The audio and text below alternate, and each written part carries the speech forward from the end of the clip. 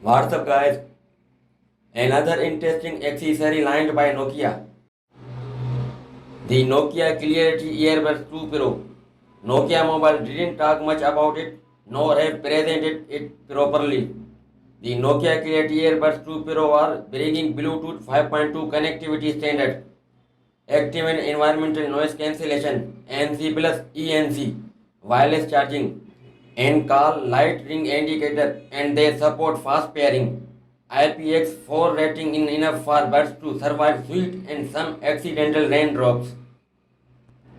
With the hybrid active noise cancellation, Nokia Clarity Earbuds 2 Pro takes out distractive noises, and thanks to the AI, artificial intelligence speech enhancement technology, your voice can be heard clearly in calls even in noisy environment.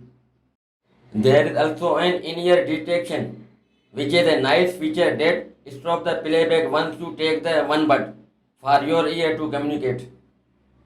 The 13 neodymium driver should provide a powerful and crisp audio which should last for up to 36 hours thanks to 380 mAh battery in the charging case and 48 mAh in each bud.